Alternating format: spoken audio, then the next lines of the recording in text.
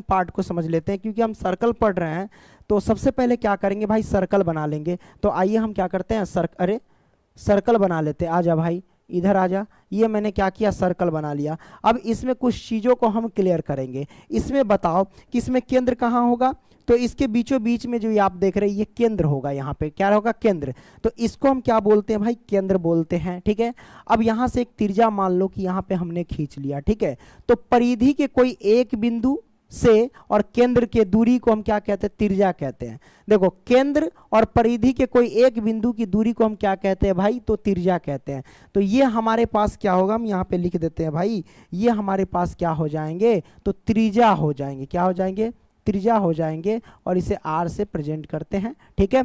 अब ये हमारे पास क्या है, यहाँ पे हम ये जो देख रहे हैं, ये हमारे पास केंद्र है। इसको हम दर्शा देते हैं कि ये हमारे पास क्या है, तो केंद्र है भाई। क्या है, केंद्र। यहाँ पे हम लिख देते हैं ये केंद्र। ये सब जानकारी लेना जरूरी है। अब आपसे हम पूछेंगे भैया कि इसमें परिधि कौन है। तो ये जो आप देख रहे हैं राउंड लगा हुआ, ये यहाँ से यहाँ तक, जैसे यहाँ से हम राउंड लगाते हैं, ये हमारे पास क्या है, तो परिधि है। ये जो चक्कर लगा रहे हैं, यही हमारे पास क्या है भाई, परिधि है। क्योंकि बहुत सारे बच्चों को पता नहीं रहता है। तो आपने ये क्लियर कर लिया कि इसको हम क्या कहेंगे भाई, तो परिधि कहेंगे या परिमिति कह सकते हैं।